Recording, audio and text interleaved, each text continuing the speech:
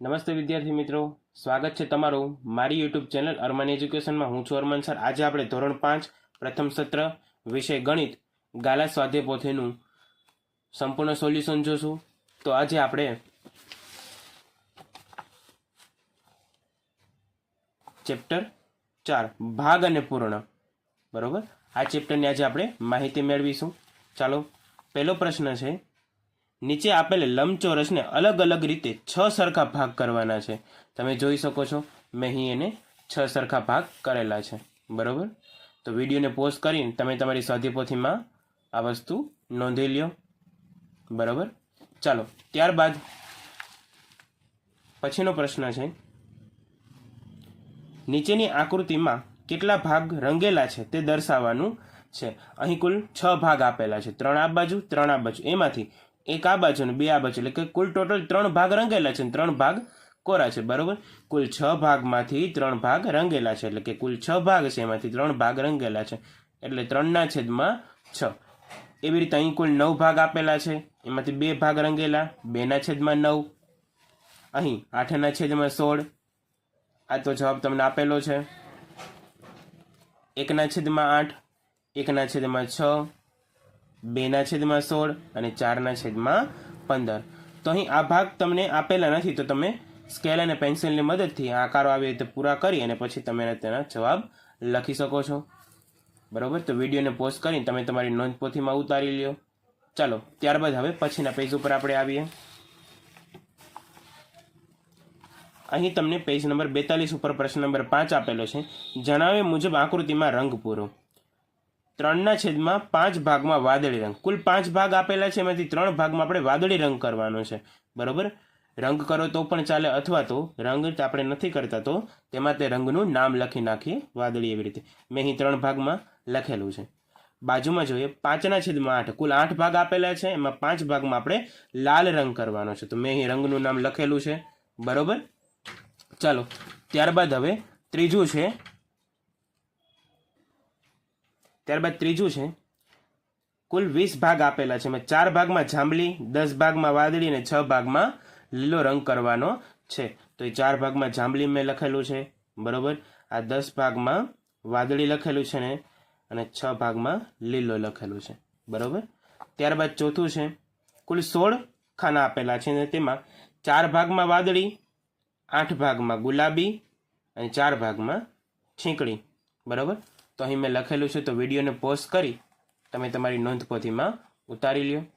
ચાલો, ત્યારબાદ પછીનો પ્રશ્ન છે, અહીં એવું છે કે અહીં જે વસ્તુ આપેલી છે તેમાં રંગ કેટલામાં કર્યો છે અને કેટલામાં રંગ નથી, એટલે કે રંગ પૂરેલી વસ્તુઓની સંખ્યા અહીં લખવાની છે, રંગ પૂર્યા વગરની વસ્તુઓની સંખ્યા આ કોલમમાં લખવાની છે, બરોબર. તો અહીં તમને પહેલી કોલમ તો લખેલી આપેલી છે. અહીંયા જો 3 ભાગ, 6 ભાગમાંથી 3 ભાગ, એટલે કે 6 ચોકલેટમાંથી 3 ચોકલેટમાં રંગ કરેલો છે અને 6 ચોકલેટમાંથી 3 ચોકલેટમાં રંગ કરેલો નથી. ત્યારબાદ અહીં જે ભાગ આપેલા છે કુલ 8 ભાગ છે. 8 ભાગમાંથી 4માં રંગ કરેલો છે અને 8 ભાગમાંથી 4માં રંગ કરેલો નથી. ત્યારબાદ પછીના પેજ ઉપર આપણે આવીએ. પ્રશ્ન નંબર 7, સૂચના મુજબ કરો, બરોબર. ચકરણીના 1/4 ભાગમાં પીળો રંગ કરો. અહીં કુલ 12 ભાગ આપેલા છે, બરોબર. કેટલા ભાગ આપેલા છે? 12 ભાગ. હવે 1/4 ભાગમાં પીળો રંગ કરવાનું કહે છે. 1/4 × 12. 12 શું કામ? કારણ કે 12 ભાગ આપેલા છે એટલા માટે.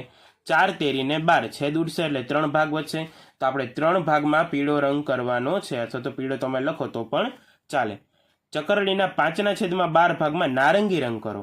5/12 × 12, 12 ઉડી જશે તો વધશે 5, તો 5 ભાગમાં આપણે નારંગી લખવાનું છે, અથવા તો રંગ કરી શકો છો. ત્રીજું છે, ચકરડીના 1/12 ભાગમાં છીંકણી રંગ કરો. 1/12 × 12, કારણ કે 12 ભાગ છે એટલા માટે 12 જતા રહેશે તો વધશે 1, તો 1માં લખવાનું છે છીંકણી. ચોથું છે, કેટલા ભાગ બાકી રહ્યા? તો 3 ભાગ બાકી રહ્યા, એટલે કે 3/12 ભાગ બાકી રહ્યા, તેમાં લાલ રંગ કરો. 1, 2 ને 3, 3 ભાગ બાકી રહ્યા, તો તેમાં લાલ રંગ કરેલો છે. હવે અહીં તમને એક જોડકું દર્શાવેલું છે, બરોબર, અને અહીંયા ભાગ રંગેલા છે, અહીં એનું માપ આપેલું છે, બરોબર. તો વિભાગ એ સાથે વિભાગ બી તમારે જોડવાનો છે. વિડીયોને પોઝ કરી તમે તમારી નોંધપોથીમાં આ વસ્તુ કરી લ્યો. ત્યારબાદ પાછળના પેજ ઉપર આવીએ.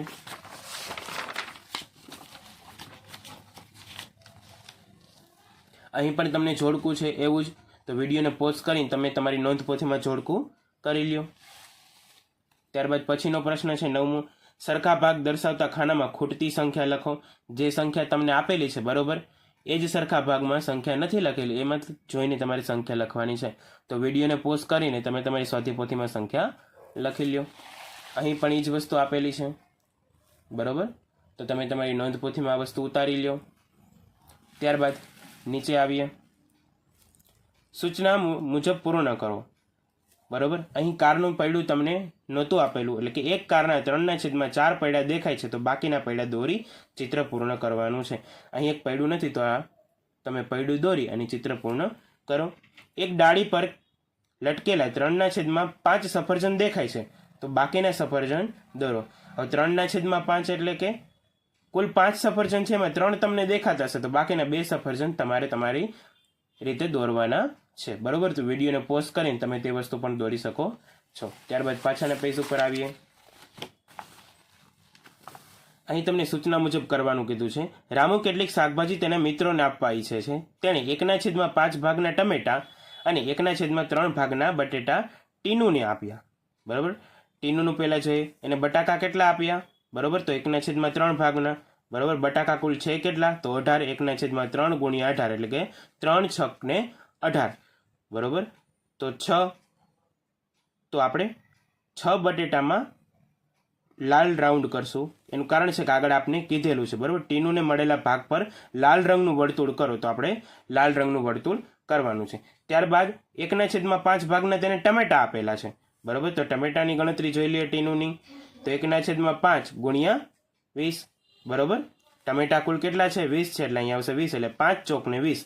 તો 4 ટમેટામાં આપણે લાલ રંગનું રાઉન્ડ કરવાનું છે, કારણ કે ટીનુમાં આપણે લાલ રંગનું વર્તુળ કરવાનું કીધેલું છે, તમે જોઈ શકો છો બરોબર. ચાલો, ત્યારબાદ મીનુને તે 2/5 ભાગના ટમેટા આપે છે. ટમેટા કુલ 20 છે બરોબર. હવે મીનુની ગણતરી મેં અહીં કરેલી છે, જોઈ લઈને ટમેટાની ગણતરી. 2/5 ભાગમાં આપે છે, કુલ ટમેટા છે 20 બરોબર. 5 ચોક ને 20. અહીં તો વધ્યું શું, તો કે 2 ગુણ્યા 4 એટલે 2 ચોક ને 8 બરોબર. તો કુલ 8 ટમેટામાં આપણે વર્તુળ કરવાનું છે. તો મીનુને મળેલા ભાગ પર લીલા રંગનું વર્તુળ કરો બરોબર. અહીં લીલા રંગનું મેં વર્તુળ કરેલું છે 8માં બરોબર. ચાલો, ત્યારબાદ 3/6 ભાગમાં બટાટા આપ્યા છે એને, તો 3/6 બરોબર. કુલ કેટલા છે બટાટા, 18 છે, તો 18.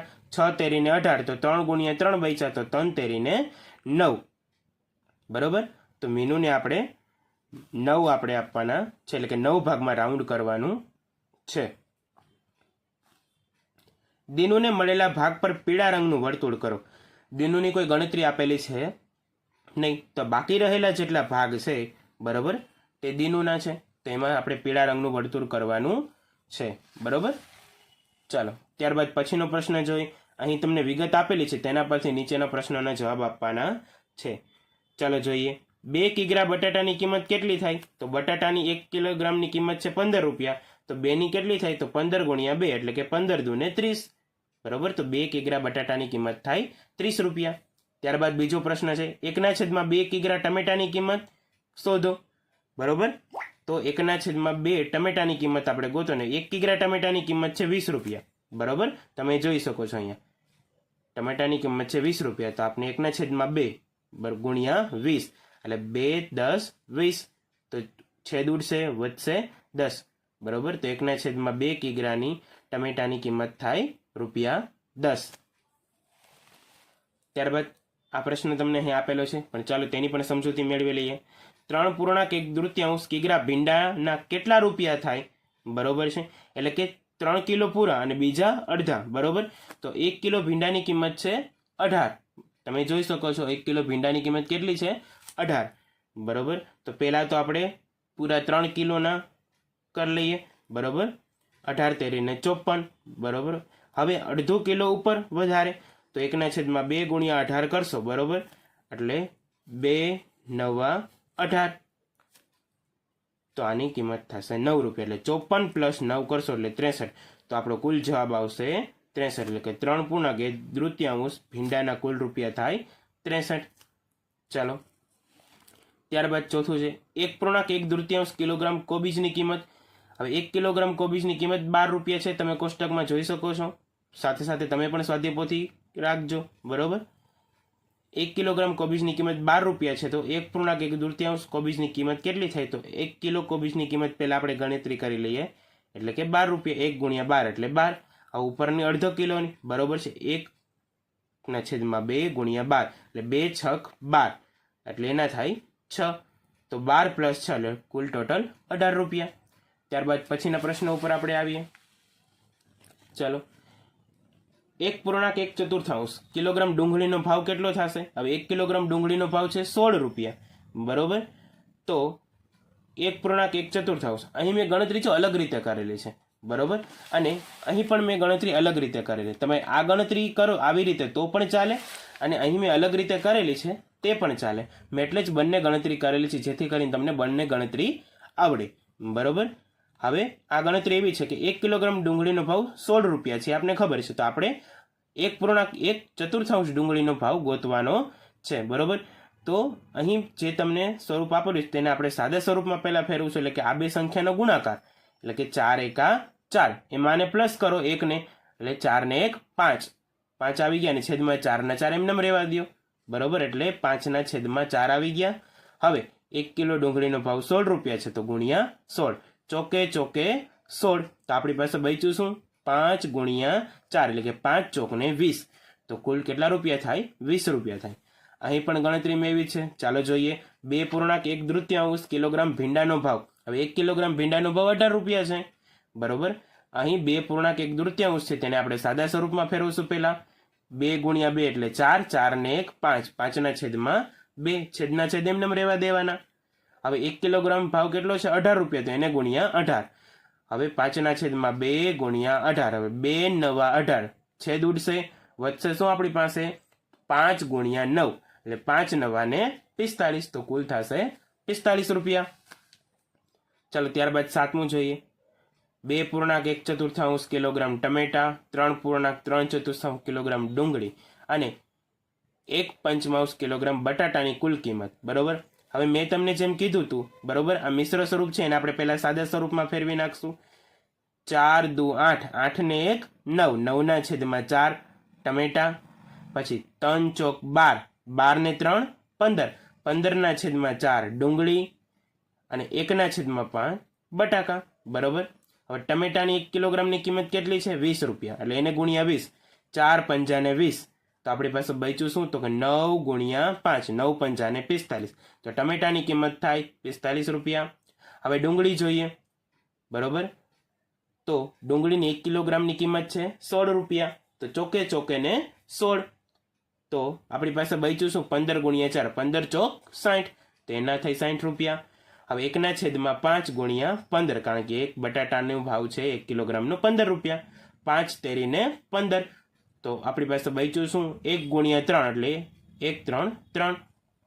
તો બધાનો સરવાળો કરી 45 પ્લસ 60 પ્લસ 3 એટલે જવાબ ટોટલ મળશે 108. બરોબર, ચાલો ત્યાર પછીનો દાખલો જોઈએ. સોનલને ઘરેથી શાળાએ પહોંચતા આટલો સમય લાગે છે, એટલે કે સોરી આટલું અંતર છે, એને એટલું અંતર કાપવું પડે છે. ઘરથી શાળા સુધીનું અંતર આટલું છે. તેને શાળાએ જવા અને ત્યાંથી ઘરે પાછા આવવા માટે સ્કૂલે કેટલું કુલ અંતર કાપવું પડશે? એટલે ઘરેથી શાળાએ જાય છે અને શાળાએથી પાછી તે ઘરે આવે છે, તો તેને કુલ કેટલું અંતર કાપવું પડશે તેની ગણતરી કરવાની છે. ચાલો, ઘરેથી શાળાએ જતા આટલો અંતર એને કાપવું પડે છે, તો પાછું શાળાએથી ઘરે આવતા આટલું જ અંતર કાપવું પડે. સીધી વસ્તુ છે. મિશ્રમાં છે તેને સાદામાં ફેરવીએ. 2 એકા 2, 2 ને 1 3, એટલે કે 3 ના છેદમાં 2. આ થઈ ગયું અંતર કયું? ઘરેથી શાળાએ જવા માટે. હવે એટલું જ અંતર પાછું શાળાએથી ઘરે આવવા માટે થાય છે, એટલે પાછું 3 ના છેદમાં 2. બંનેનો કરવાનો છે સરવાળો. અહીં આકૃતિ સહિત મેં તમને દર્શાવેલું છે.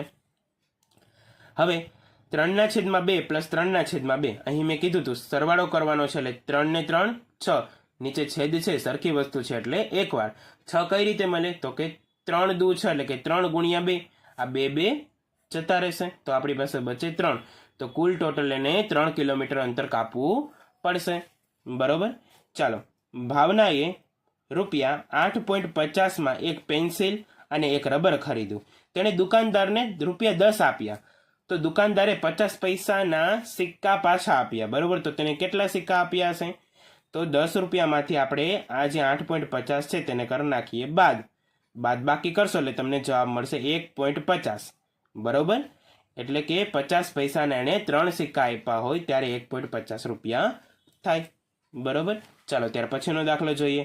અમદાવાદ રેલવે સ્ટેશને જાહેરાત થઈ કે ઓખા એર્નાકુલમ એક્સપ્રેસ અડધો કલાક મોડી આવશે. જો આ રેલગાડીનો આવવાનો સાચો સમય 1:45 વાગ્યા હોય તો રેલવે સ્ટેશને કેટલા વાગે આવશે? બરોબર. રેલગાડીનો નિયત સમય શું? 1:45 એટલે કે 12:45.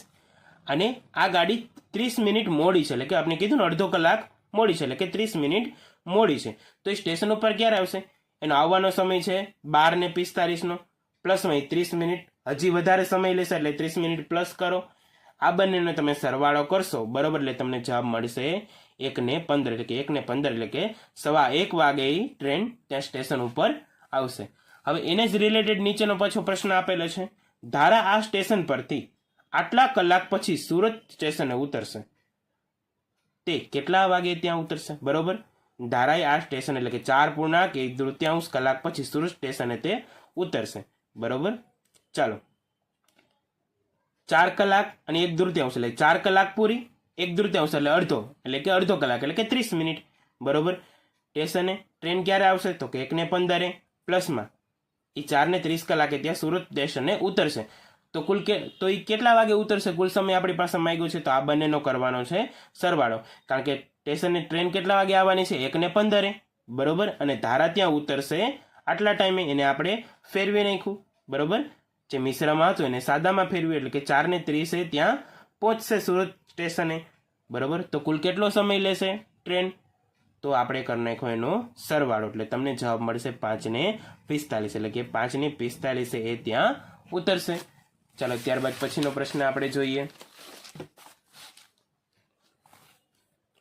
શિલ્પાને આ રેલગાડીથી પનવેલ પહોંચવા 9.5 કલાક લાગે, તો તે કેટલા વાગે ત્યાં પહોંચશે સ્ટેશને?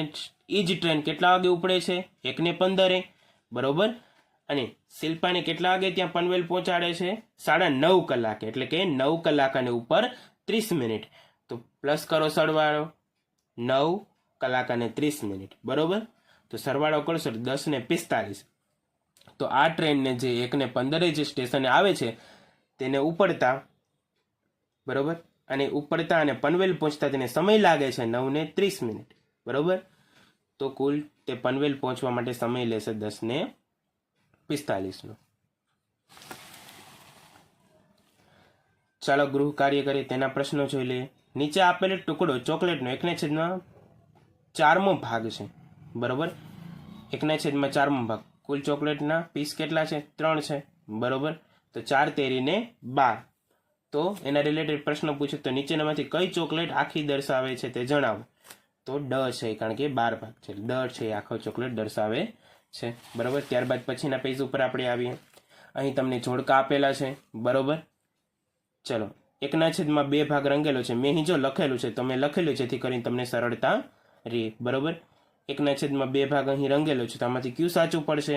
તો અહીં જો એક સમજાવી દઉં, ત્યારબાદ તમે બીજી વસ્તુ આસાનીથી સમજી શકો છો. 1, 2, 3, 4 કુલ 4 ભાગ આપેલા છે, એમાં 2 ભાગ રંગેલા છે. બરોબર. હવે 2, 2 ને 4 ઉપર કાંઈ નથી, ત્યાં 1 અને છેદમાં 2 એટલે 1/2 અને 1/2 બંને વસ્તુ થઈ ગઈ સરખી, એટલે અહીં મેં જોડી દીધું છે. બરોબર. ત્યારબાદ હજી એક સમજી લઈએ. 1, 2 ને 3 એટલે કે 3 ભાગમાંથી 1 ભાગ રંગેલો છે. બરોબર. તો તેનો જવાબ આવે છે એ. કુલ ભાગ છે 18.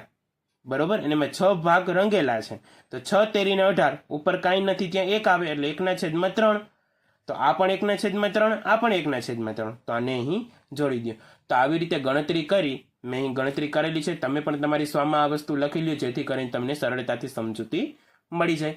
વિડીયોને પોઝ કરીને તમે તમારી સ્વાધ્યાયપોથીમાં ઉતારી લો. ત્યારબાદ પછીનો પ્રશ્ન જોઈએ. નીચેના દરેક ખાનાની આકૃતિને 1/2 ભાગમાં રંગ પૂરો. અહીં તમને આકૃતિ આપેલી છે. હવે કુલ ભાગ આપેલા છે, કેટલા છે?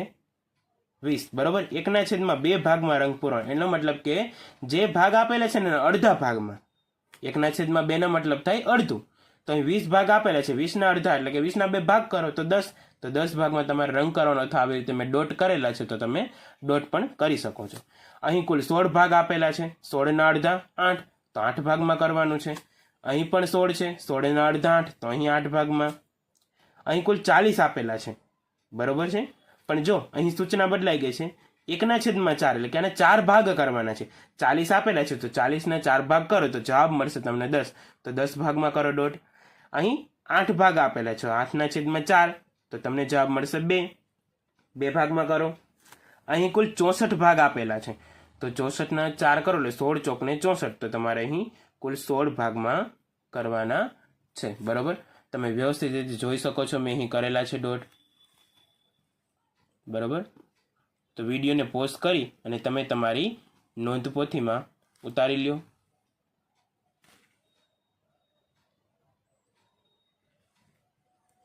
વિડીયોને તમારા મિત્રો સાથે શેર કરજો, વિડીયોને લાઈક કરી દેજો અને ચેનલને સબસ્ક્રાઈબ જરૂરથી કરજો. ધન્યવાદ.